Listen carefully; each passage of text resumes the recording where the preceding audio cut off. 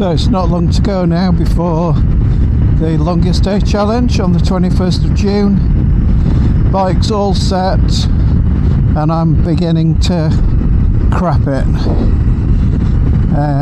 Yeah, it's 24 hours on a bike doing just less than 1,000 miles with no motorways from Land's End to John O'Groats, all in aid of cancer research, which is an amazing charity, and that's why me and 40 people are doing the challenge this year.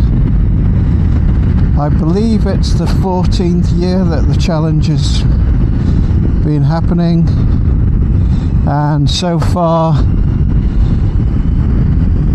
the people that have taken place, which is apparently 300 people, they've raised a total of around about £650,000, which is absolutely amazing. That's not including this year's, so hopefully we can top that up this year too. So I'm kind of looking forward to it.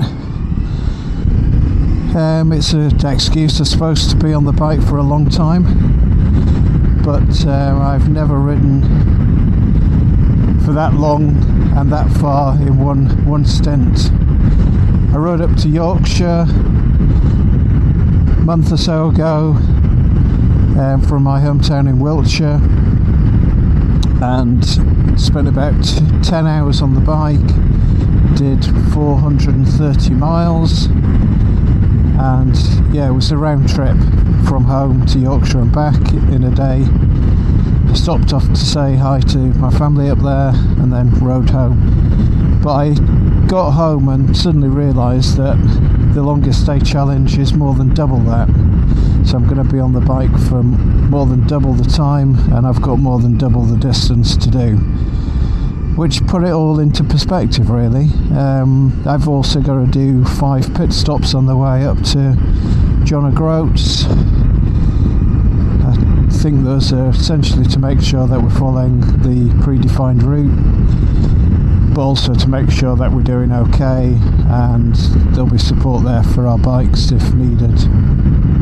But essentially, the challenge is a solo ride. We kind of set off together, and I think a few of the folks that are taking part will ride together, but most of the people doing this will be riding solo with clearly no support out on the road other than the usual breakdown cover, which I really hope I don't need.